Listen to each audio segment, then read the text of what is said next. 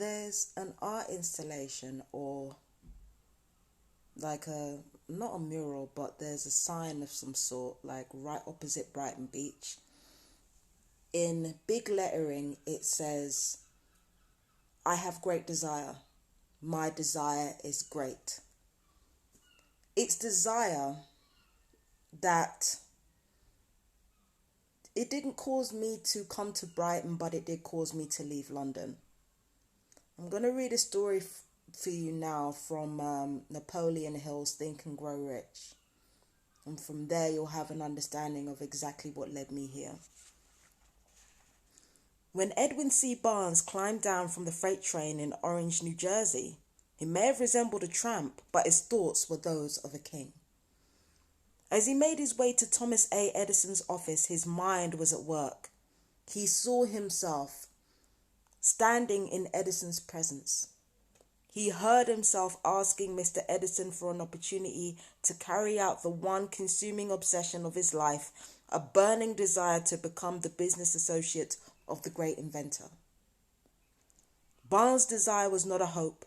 It was not a wish. It was a keen, pulsating desire which transcended everything else. It was definite. The desire was not new when he approached Edison. It had been Barnes's dominating desire for a long time. In the beginning, when the desire first appeared in his mind, it may have been, probably was, only a wish. But it was no mere wish when he appeared before Edison with it. A few years later, Edwin C. Barnes again stood before Edison in the same office where he first met the inventor. This time, his desire had been translated into reality. He was in business with Edison. The dominating dream of his life had become a reality. Today, people who know Barnes envy him because of the break life yielded him. They see him in the days of his triumph without taking the trouble to investigate. Barnes succeeded because he chose a definite goal and placed all his energy, all his willpower, and all his effort into achieving that goal. He did not become the partner of Edison the day he arrived. He was content to start in the most menial work as long as it provided an opportunity to take even one step towards his cherished goal. Start small, aim high. 5 years passed before he had the chance. 5 years passed before the chance he had been seeking made its appearance. During all those years, not one ray of hope, not one promise of attainment of his desire had been held out to him. To everyone except himself, he appeared only another cog in the Edison business wheel, but in his own mind, he was the partner of Edison of every minute of the time. So basically, he was a partner the whole time, in his own mind up here. From the very first day he went to work there, it is a remarkable illustration of the power of a definite desire. Barnes won his goal because he wanted to be a business associate of Mr. Edison more than he wanted anything else. He created a plan by which to attain that purpose, but he burned all bridges behind him. He stood by his desire until it became the dominating obsession of his life and finally a fact. When he went to Orange, he did not say to himself, "I will try to induce Edison to give me a job of some sort." He said, "I will see Edison and put him on notice that I have come to go into business with him." He did not say, "I will work there for a few months and if I get no encouragement, I will quit and get a job somewhere else." He did say, "I will start anywhere. I will do anything Edison tells me to do, but before I am through, I will be his associate." He did not say, "I will keep my eyes open for another opportunity in case I fail to get what I want in the Edison organization." He said, "There is but one thing in this world I am determined to have, and that is a business association with Thomas A. Edison. I will burn all bridges behind me and stake my entire future on my ability to get what I want." He left himself no possible way of retreat. He had to win or perish. That is all there is to the Barnes story of success. Now, when I was in London, I read Think and Grow Rich. I read Rich Dad Poor Dad. I read Free Economics. I was also reading the Tarot book by Muni Sadhu. I was reading Light is a Living Spirit. I was reading The Dummy's Guide to Alchemy. I was doing a lot of reading. And whilst I was going through what I was going through in London, I had this beautiful flat, big beautiful flat bathtub all to myself. But I was miserable. And on top of that, I knew that the direction in which the world was going, I wasn't going to be able to stay there anymore, no matter how comfortable things were. Reading that story by Edwin C. Barnes, it lit something inside me. And on top of that, I watched the film Wild with Reese Witherspoon and felt emotionally connected to that. I watched Little Fires Everywhere, and I especially felt connected to Mia's story, or Elena's story at the end of the series, because she ends up having to leave her home. I ended up connecting with these women who took huge risks with their lives, and I thought that because I'd had a fear of being homeless for a long time, I thought it was about homelessness, but it wasn't about that. What it was about was me taking charge of my life and having it mean something. Now, I remember crying in my bathtub one day, so scared of being homeless and without anywhere to go, that I said, let me have the courage to be homeless. And then, I just wanted the courage to face what I couldn't control. I am a targeted individual. I am electronically attacked every day.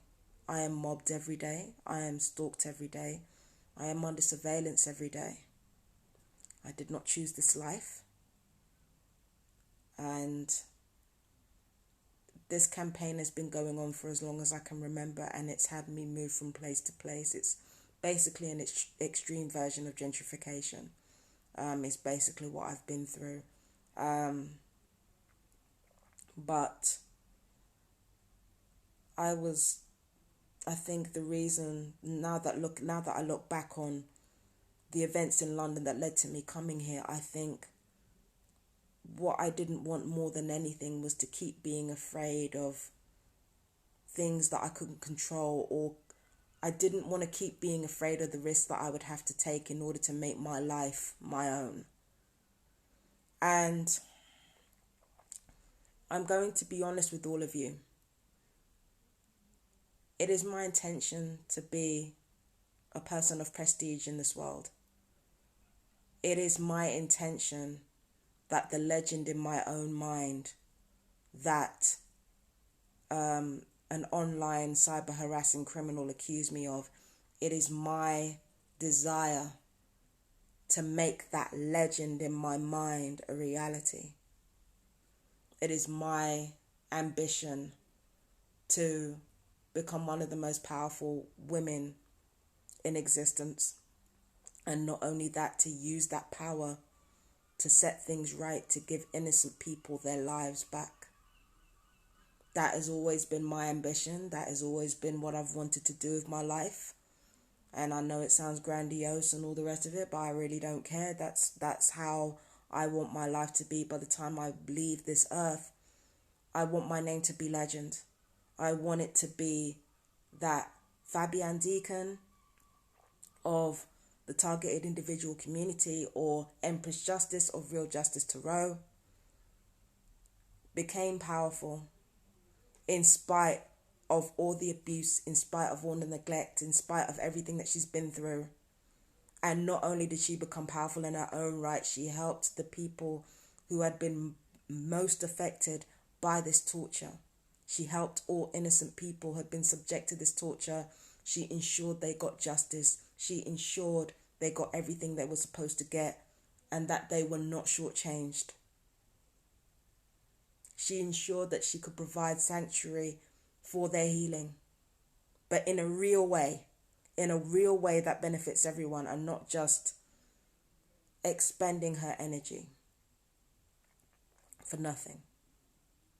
That's what I wanted my name to be, and that's what I wanted my name to mean. I wanted who I was to say something. And I knew that along the way, that the gang stalkers would lead me into traps with regards to finances, with regards to housing, with regards to institutionalization. I know that wherever possible, the gang stalkers will try to lead me into traps. But the one thing about me that most people have probably become aware of by now is that where there is pain, I will turn it into opportunity. Now, I'm not a fan of the Nietzsche philosophy that what doesn't kill you makes you stronger. What doesn't kill you makes you afraid. What doesn't kill you traumatizes you. What doesn't kill you robs you of your potential. It can rob you of your potential. What doesn't kill you can make you afraid all your life. So I do not believe that whatever doesn't kill you makes you stronger. I think that's bullshit. What I do believe, though, is that pain and abuse and neglect, it reveals who we are at our essence. It's like a fetus in the womb being reduced to what they were when they're a sperm. It reveals the essence of who we are. That's what pain does. Pain reveals us at the essence of who we are.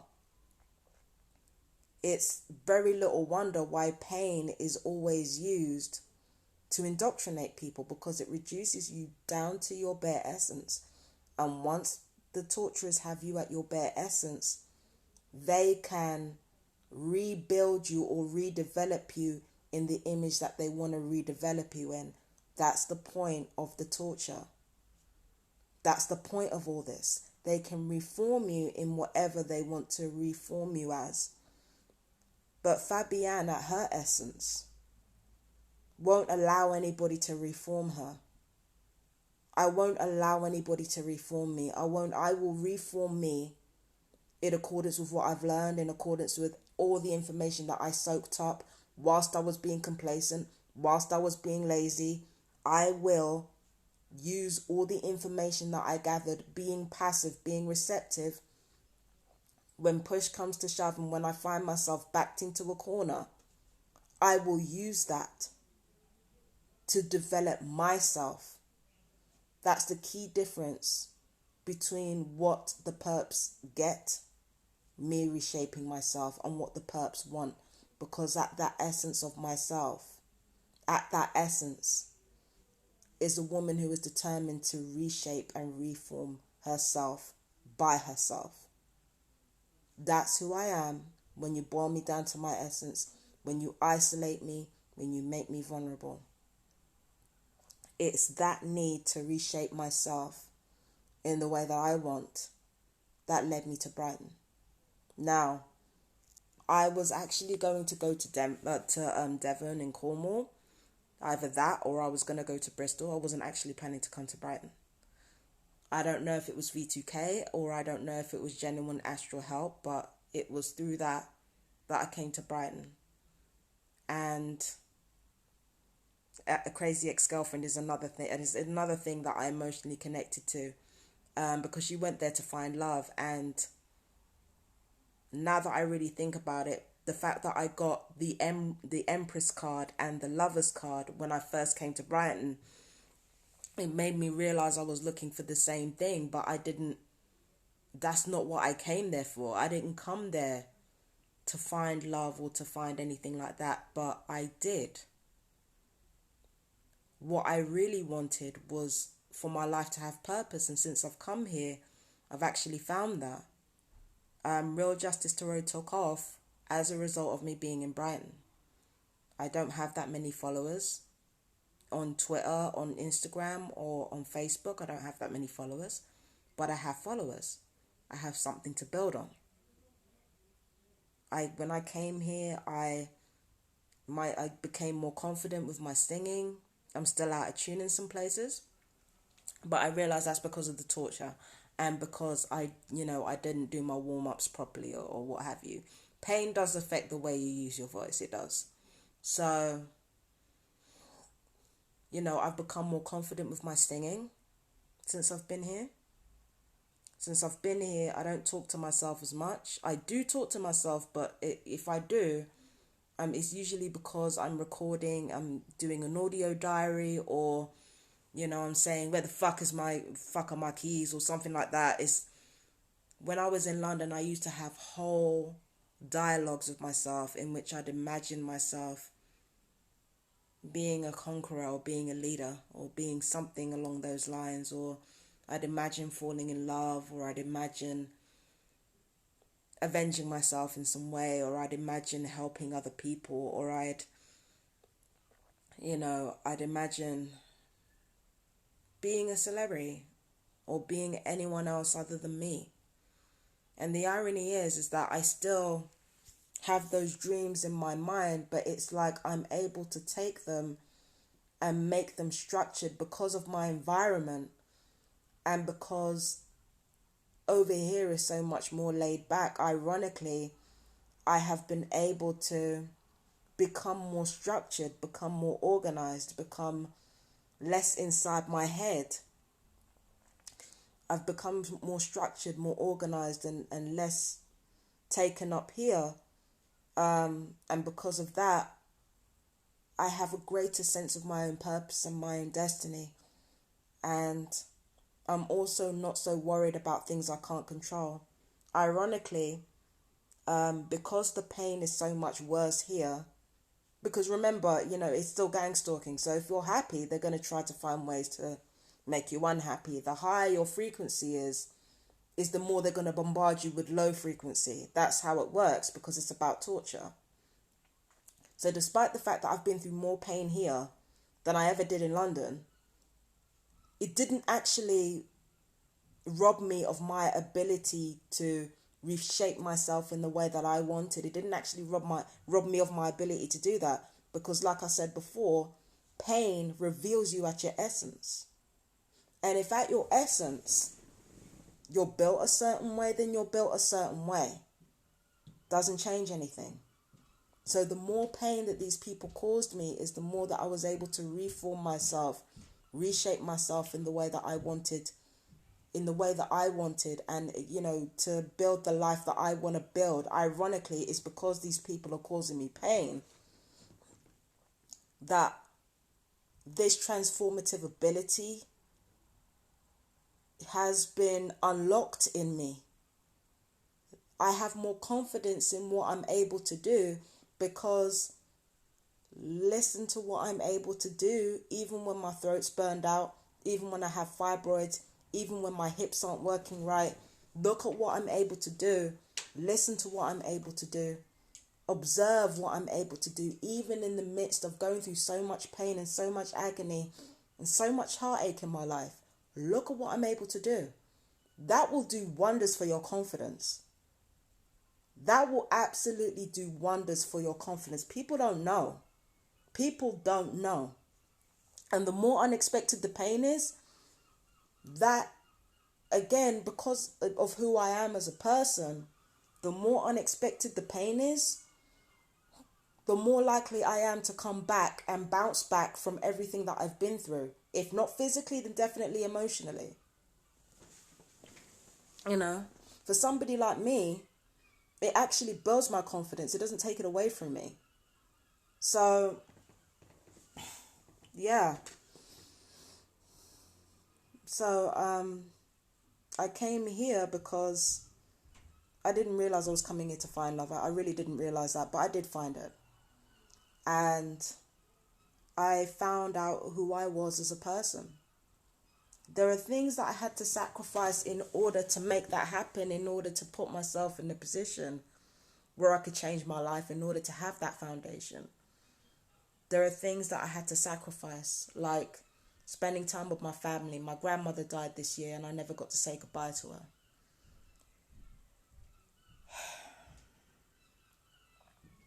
There are things that I had to sacrifice, like my last moments with my grandmother. The racism over here is worse. The sexism over here is worse. The housing situation is definitely worse. I lived in hotels for a long time before I even found this, short hold tenancy flat, and even here they're trying to kick me out of here. So like the housing situation is worse. I'm privately renting, which means I have to pay for council tax as well as my electric bill and, everything else. I don't have a bathtub, I just have a shower. But it's all right. Look at me. It's cool. So, so I have a shower. I have to use a shower. I don't have furnishings here. So, on top of the council tax and the electric, I've got to find a way to furnish the place, which I haven't fully done yet. So I have had to make some real big sacrifices with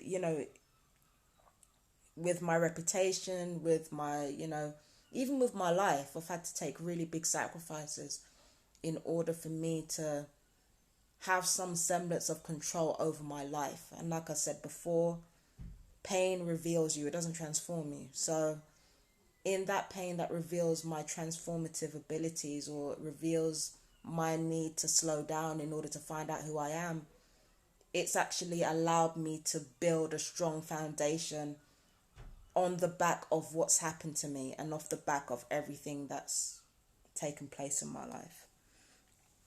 So I am very, very grateful to be here. Bear in mind, I understand that I'm not just here by the grace of, I'm not just here by the grace of God, and I'm not just here by my own willpower alone. I have my ancestors behind me. I had the gods of, I have the gods of Nigeria, Sierra Leone, Kenya behind me. I had the gods behind me. I had, my ancestry behind me. I had, the love of people who missed me behind me. People were praying for me. People came onto my social media to, to support me. It's been a lot of support. It's been a lot of astral support to get me where I am as well, and a lot of physical support. I didn't do this entirely on my own. What I did do on my own, though, is I made a decision to say, look, I'm going to take control of my life, and whatever risks there are that I'm afraid of, I'm going to face them head on.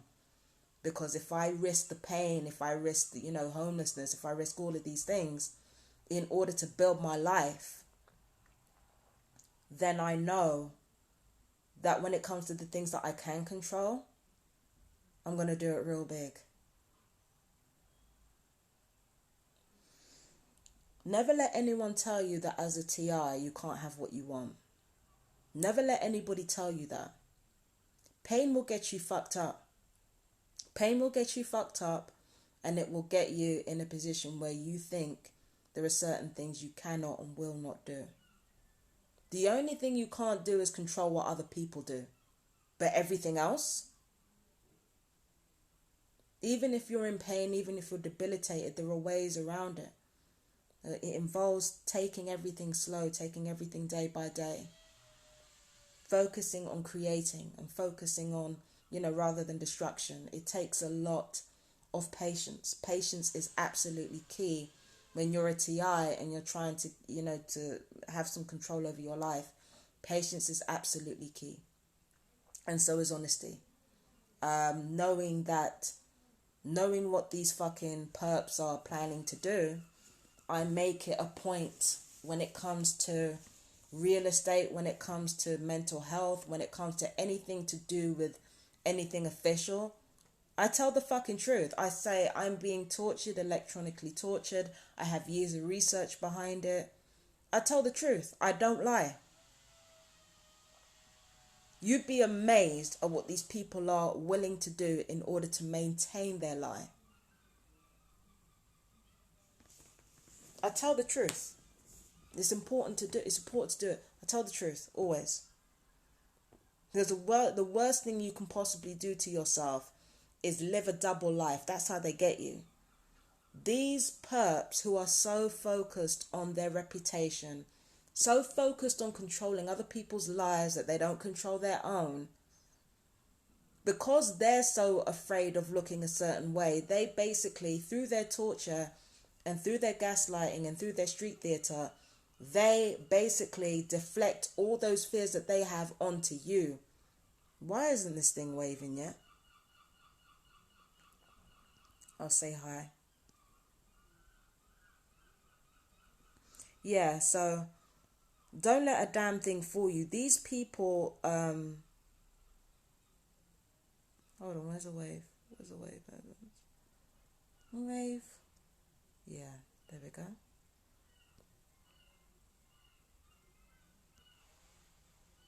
Hold on. Yeah, so I wave. Yeah, finally it waved. Okay, cool. So yeah, so whilst you're going through this, the last thing that you need to be doing is leading a double life. Especially if you're in the UK. Keep talking your shit. You'll be, like I said, you'll be amazed at how much these people want to cover up their bullshit. You'll be amazed.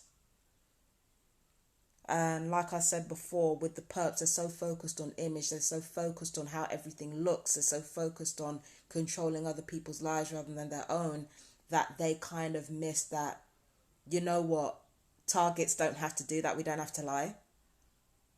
Basically what they do is they deflect that, you know, image obsessed narcissism onto you, to the point where, you know, through the torture and through the pain that you go through and through the gaslighting, you become hyper vigilant against wanting to be institutionalized, against, you know, they basically create hyper vigilance in you to the point where you fear homelessness, death and institutionalization all the time.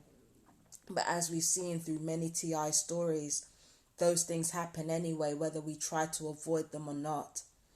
So, from my perspective, the only way you can have a foundation of something strong when it comes to changing your life and when it comes to achieving what you want to achieve in life, the only way you can do that is to at least be honest with yourself and accept the situation that you're in. If you're not going to tell the truth to the people who are fucking around with you and who are doing this to you, then you might as well be honest with yourself and say, okay, I am in pain all the fucking time. These people are going to keep me in pain, and the more resilient I become, the more they're going to hurt me. I do not give them permission to do this, but they don't care about my fucking permission. They're going to do it. So once I accept that I'm going to be in pain every day, once I accept that they're going to gaslight me every day, that I'm going to be triggered every day, once I accept all of that, once you accept all of that, you have to become like water to their fire.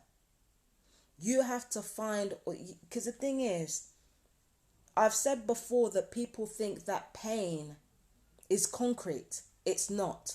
It can feel like it, especially when it's bombarded heavily, but pain is not concrete. Nothing is solid. You know, it can have the illusion of being solid because of our tangible senses, but nothing is solid, and pain is no different. There are always going to be little gaps, little holes. The pain is always going to have little gaps and little holes in it that you can push through. If you're perceptive enough and if you're fluent, you know, if you're pliable enough, you can go through those little holes of your pain and you can begin to make small life changes every day, like little by little, make small life changes every day to meet something that feels like a concrete slab. You can just do little things every day, slowly but surely. It's an arduous process, but if you have the patience, and if you have the patience with yourself, and you realize that none of this is your fault, and you take away blame from yourself, you take away the guilt from yourself, and you put it where it belongs, you can move through that pain, the little holes in that pain, you can move through it, and you can find a way to, you know, you can find a way to make your life what you want it to be, even in the midst of gang stalking. Because it's never going to end. So you might as well live the life that you want to live and not, you know, pay these perps no mind, because, you know, they're basically being empowered by their own genocide, so it ain't even worth going there. Okay? But it starts up here. It starts in your own mind. Start slow. Work through the little holes. Because there's little holes in everything. Even in happiness. I've got to answer the door for this person. So, 1 second. Hiya, okay to come in? Yeah, I'm just doing a live at the moment, so That's I'm okay. going to be in my bedroom, okay? Yeah, okay, I won't be too long in here anyway. I'll Alright. let you know when I'm going, that's alright. Okay. Alright, so when it comes to pain, there's little holes that you have to move through. And, you know, you kind of, eventually you find a way through your heartache, through your torture, to become who you're supposed to be. And to live the life that you're supposed to live. You find a way through eventually. It's not easy. It's difficult. It's really, really hard. There are times where you do feel like crying and you do cry. There are times where I have big heaving sobs. Big heaving fucking sobs. There are times where the pain is so bad I end up screaming my head off. There are times where the emotional triggering is so bad I can lose confidence or become insecure. I'm not invincible. I'm human, a human being, right? I'm not invincible. So there are times where everything that I go through just gets on top of me, and then the past is brought into it as well, which just makes it worse. It does affect you. I won't lie, it does affect you. Sorry, I'll grab you just 1 second. 1 second. Yeah? Right, I'm done in here now. Yeah. I just need to go into the green box. About 20 minutes or so, I'll connect you up your line, and you'll be up and running, it'll go blue for you. Okay. Any problems, I'll give you a ring back, but actually, it's all done now, so it's about 20 minutes and then Right. we'll be ready, okay? Okay. Alright. Thank you so You're much. welcome. Alright. Sorry, I had to get my broadband fixed. It should be up in 20 minutes, they're saying. So, there are times where you're going to lose hope, and there are times where you feel like you think you want to die, but you really don't. You just want the pain to end.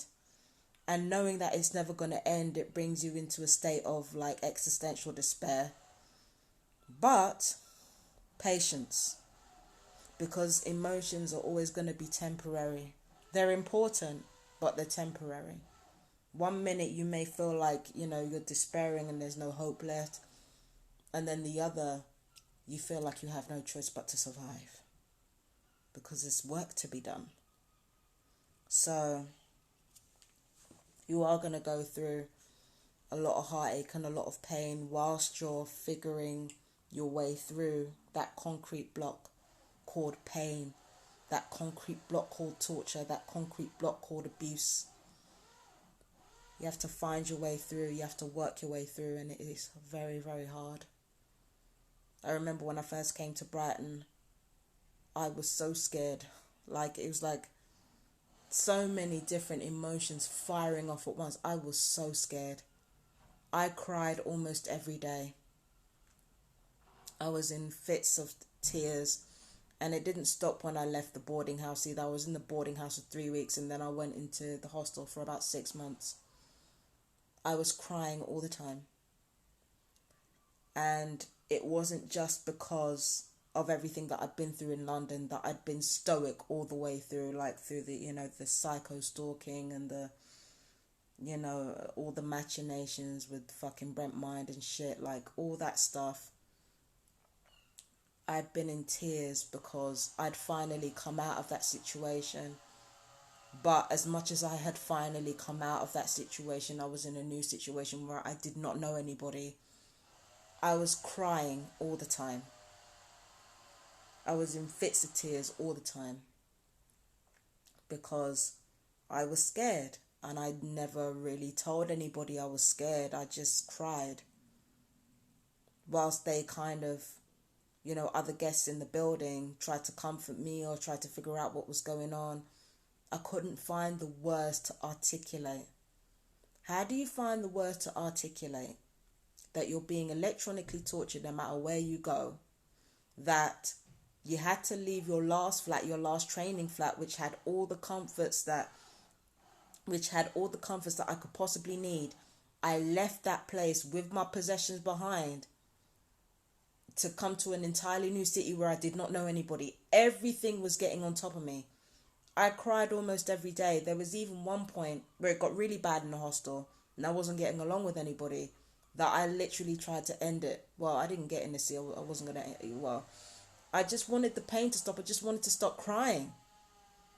Because remember, I was being bombarded with low frequency weaponry on top of all these other emotions that are going around inside my mind. So you best believe I was crying like a fucking baby a lot of the fucking time. And in winter in particular, it got really, really bad.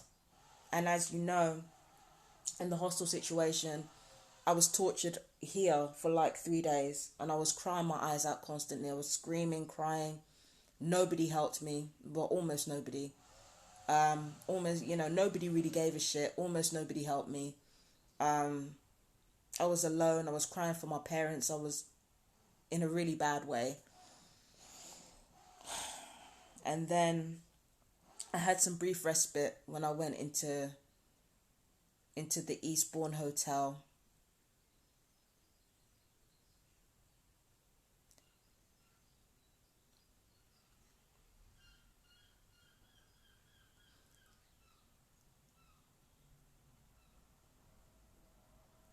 It was in that hotel where I found out that my grandmother had died, where I got the call from my sister that my grandmother had died of COVID. She had already had one vaccination. She apparently didn't have a second one, and apparently she died of COVID.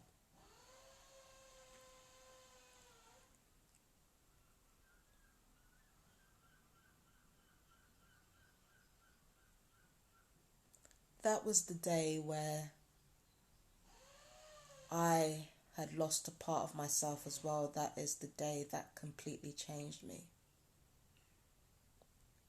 And then after the funeral, which took place, I think on the week that I moved to a new hotel in Hove, I think it was in between Brighton and Hove, it was like where the 360 building was. It was in that hotel. That's where all the fucking stupid shit, like over my singing, happened. Doesn't matter now. It was on the week that I moved there that I moved in on the Monday, and then I had to go to the funeral on the Tuesday. Well, travel to London on the Tuesday, ready for the funeral. And I had to make all the preparations. Thank you. The sad thing about that is that it took that to heal relationships between me and my family. I thought I was alone for so long. And then my grandma's death, it reminded me that I wasn't. That I had siblings who loved me and cared for me. That I had cousins who loved me and cared for me, and who are some of my best friends. Yeah. I'll get to you in a second.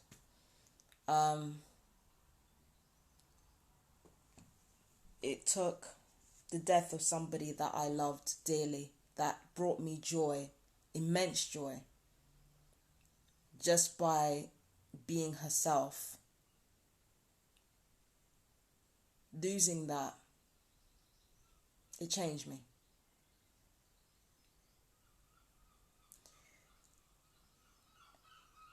But the good thing is that I went out to Eastbourne and I looked at that sea, and I looked at all the lights surrounding, the beach and everything, and I looked at the cliffs, and I'm thinking, looking at all this, I'm thinking my gran would have loved this. And I wish she could have seen it. On the day that I heard she died, I went out to the beach to commemorate her, and I played a song by Wings. My Love, I think it's called My Love Does It Good. Whoa, whoa, whoa. Okay. The song goes like this. I can't remember the title, but this is how the song goes. And when I go away, I know my heart will stay with my love. It's understood, and everywhere with my love. My love does it oh so good. Whoa, whoa, whoa, whoa. Whoa, whoa, whoa, whoa. My love does it good. I listened to that because I remember showing it to my gran one time when we were sitting together. And she's the kind of person who likes simple gospel songs. That's what she really likes, like, you know, simple gospel songs. But I remember her hearing that song and she said, "It's an angel singing that." I said, "No, Granny, it's Paul McCartney."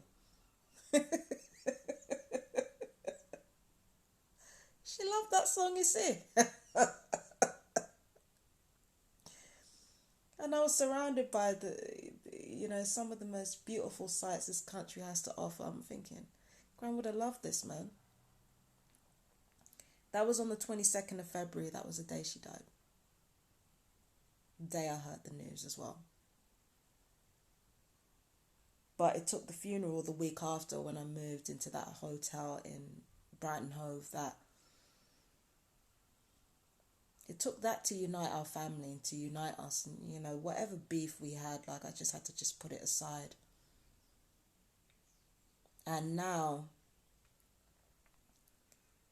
the great thing about that is that my relationship with some of my relatives, they're the strongest they've ever been.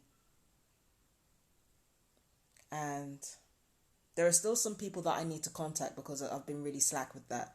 But I went from feeling like my family didn't give a shit about me, that they didn't care, to realizing that they did. They just did it in their own way. So a part of me died when my gran died, but that was replaced by something else. Something healthy, something she would have liked. And then on top of that, I ended up with a new partner as well. Well, he's not new. I've known him for years, but I ended up with a partner too on top of that. You see what I'm saying? You know, that reforming spirit that I have when I'm in pain. Exactly what I'm talking about. I did find love. I just didn't find it where I was expecting to find it. And on top of that, my friendships grew stronger as well. Like the friendships that I developed here, and all of them were in a hostel, but all three of those people are living completely different lives from one another, and that's great. But my friendships have gotten stronger as a result of, you know, that reforming spirit that I have, and, you know, all the help that I've received from my ancestors, and, you know, from all of you guys too. I'm not being very clear, like, you know, I'm trying to tell my story in the best way possible to not cause myself trauma, so it's very scattered, but I hope you guys understand what I mean when I say, yeah, you guys helped me too. It's been a hell of a year. It's been a hell of a year. Now let me look and see what this person says. I don't know if they're coming back, but let me see if this person says. This person says that the targeting will never end. It's true. There seem to be homeless due to the program, but as you said, we cannot give up.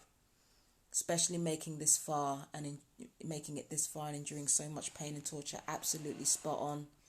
I'm sorry that I didn't read your comments when you were here, but hopefully you can see the video after this.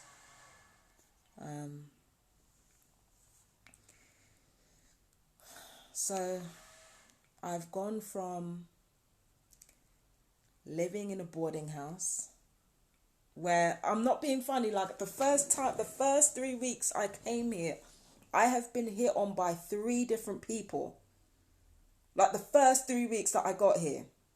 So I went from being in a boarding house to being in a hostel where I got hit on again multiple times. But I actually had a crush while I was in there. I don't think he's a crush. Honestly, I think he's more than that to me, but didn't work out very well.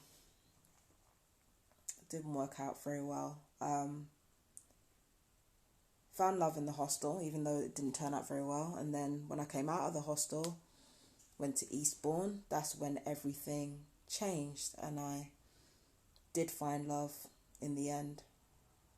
Just not where I expected to find it. And then I came here to back to Brighton and Hove, where I spent another month, in a hotel room, making the most of it. And now I'm here in Woodingdean. Been in this flat for 2 months. It's been a baptism of fire. You know all about the pain that I went through here, the backache, the hips, me screaming in agony and shit. You know all about that, but today I celebrate a year of being in Brighton and Hove, but really I'm not celebrating a year of being in Brighton and Hove. Brighton and Hove is just a marker. What I'm really celebrating is a 1-year anniversary of finding myself. It's a 1-year birthday of Empress Justice. And it's a 1-year anniversary of my relationship with myself. Because that's the most important. That's what I'm really celebrating. And as it stands, I'm in a 1-bedroom flat. My broadband's been fixed right now. I've got broadband here. I've got satin sheets. And I've got blackout blinds. And now I'm thinking that I ended up being here in just a year. I'm thinking, what else can I manifest? What else can I give birth to? And not in spite of my pain. Maybe even because of it. What can I manifest next? Of course, there are going to be sacrifices made in order to manifest what I want. But I'm ready. I'd like to thank those of you for joining me. And, many of you for watching. I love you guys very much. Stay strong and stay blessed. Stay grateful, even if the perps try to bombard that bullshit on you. I truly believe that you're stronger than you think.